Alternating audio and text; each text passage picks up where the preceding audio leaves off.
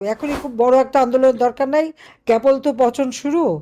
আওয়ামী লীগের নেতা কর্মীদের বিরুদ্ধে মিথ্যা মামলা, শুধু মিথ্যা মামলা না, মামলার রায়ও হয়ে যাচ্ছে চটপট। হত্যার রায়, খুনের রায় এত দ্রুত হয় এটা বোধহয় কেউ দেখেনি।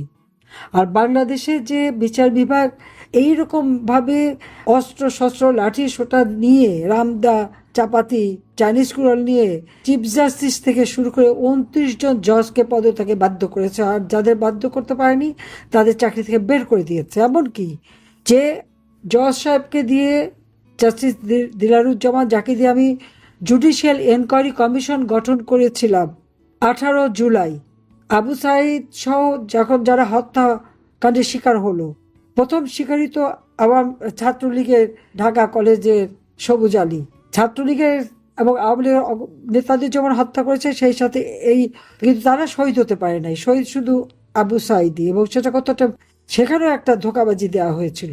যখন জুডিশিয়াল ইনকোয়ারি কমিশন গঠন করলাম, ইনুস ক্ষমতায় এসে সেই ইনকোয়ারি কমিশনকে কিন্তু ইনকোয়ারি করতে দেয় নাই, সেটা বাতিল করে দিয়ে এমনকি সেই জাস্টিস তাকে চাকরির থেকেও বিদায় দিয়ে দিল, এবং তাকে সে আইনজীবী হিসেবে কোর্টে দাঁড়াতে পারবে না। কেন? এখান থেকেই তো বোঝা যায় যে কত বড় ধোঁকাবাজি করে মানুষকে বোকা বানিয়ে আজকে এই ঘটনাটা করে দেশের সর্বনাশটা করে দিয়েছে। আজকে অর্থনৈতিক অবস্থা চরম বিপর্যয়, ঋণের বোঝা মানুষের কাঁধে, নিরাপত্তা বলে কিছু নেই মানুষের জীবনে, সামাজিক নিরাপত্তাও বন্ধ, টিকা দিতে পারে না, টিকা ক্রয় করা হয়নি, টিকার অভাবে শত শত শিশু প্রতিনিয়ত মারা যাচ্ছে, এ নিয়ে মাথা ব্যথা নেই। এইরকম একটা দুর্বিষহ অবস্থা চলছে। আজকে যখন দেখি আমার দেশের মানুষ এভাবে কষ্ট পাচ্ছে, প্রতিনিয়ত মায়ের কোল খালি হচ্ছে। হ্যাঁ, আমাকে চাই নাই, এক দফা দিয়েছিল, সবকিছু আমি মানি, কিন্তু আমি মানুষের এই কষ্ট তো দেখা যায় না। কাজে আমি ফিরে আসবো, খুব দ্রুতই আমি ফিরে যাব। হ্যাঁ, আমাকে ফাঁসির হুকুম দেওয়া হয়েছে, আমি বলবো হ্যাঁ, আপনারা ফাঁসি যে কোথায় দেবেন রেডি করেন, কোন জেলে রাখবেন সেটাও তৈরি করেন, আমি সময় হলে ফিরে আসবো। যদিও আমার পাসপোর্ট বন্ধ, আমার মুভমেন্ট বন্ধ, তা আমি বলবো সে আমার পাসপোর্ট চালু করে দিতে হবে যেন আমি ফিরে আসতে পারি, অথবা যে প্লেনে করে আমাকে এখানে রেখে গেছে সেই প্লেন পাঠান, আমি চলে যাচ্ছি। আমি মানুষের পাশে দাঁড়াবো, আর মানুষের পাশে দাঁড়ানোর জন্য যদি আমাকে ফাঁসি কাষ্ঠেও ঝুলতে হয়, হ্যাঁ, আমি মানুষের জন্য সেই ত্যাগ স্বীকার করতে সবসময় প্রস্তুত। কারণ যেখানে আমাদের হাজার হাজার নেতা কর্মীকে, বাংলাদেশের জনগণকে পিটিয়ে পিটিয়ে হত্যা করা হয়েছে, অন্তঃসত্ত্বা পুলিশ পর্যন্ত যেখানে রেহাই পায়নি, সেখানে আর জীবনের মায়া তো আমার নেই, আর সবই তো হারিয়েছি। 32 নম্বর আগুন দেওয়া, ভেঙে শেষ করা হয়েছে, এবং সেই ভাঙা ইট কাঠকেও তারা ভয় পায়। এটা হলো, সেখানেও কাউকে যেতে দেয় না। বঙ্গবন্ধুকে যেভাবে অপমান করা হচ্ছে, ইতিহাস বিকৃত করা হচ্ছে, এগুলি সব ঠিক করতে হবে, এবং আমার বিশ্বাস সেটা আমরা করতে পারবো। তা আমি আজকে দিনে জনগণকে একটা কথাই বলবো, দেশবাসীকে একটা কথাই বলবো, যে আমি আপনাদের পাশে আছি। আমার নিজের জীবনে কোনো চাওয়া পাওয়া নেই। আমি যা কিছু করেছি এই বাংলাদেশের জনগণের স্বার্থে করেছি, জনগণের কল্যাণের জন্য করেছি, জনগণের ভাগ্য পরিবর্তনে করেছি, যেটা আপনারা দেখেছেন।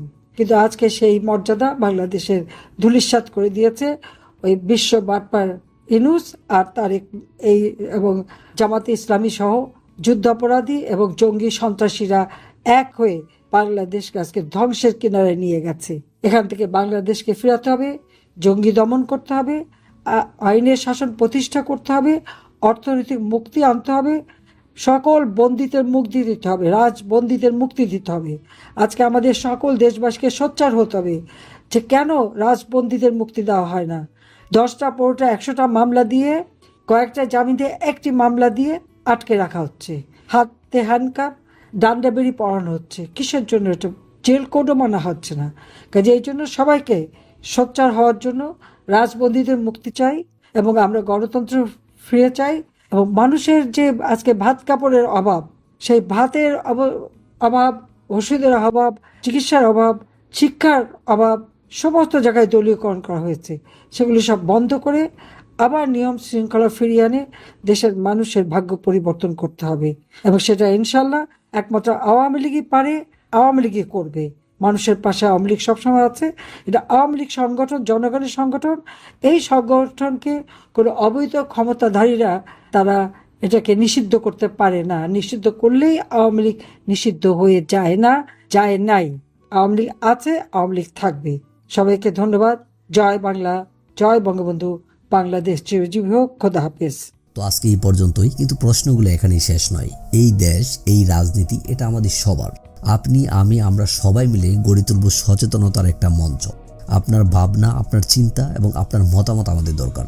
তাই কমেন্টে লিখে জানান এই মুহূর্তে আপনি কি ভাবছেন এবং আপনি কোন দিকে তাকাচ্ছেন।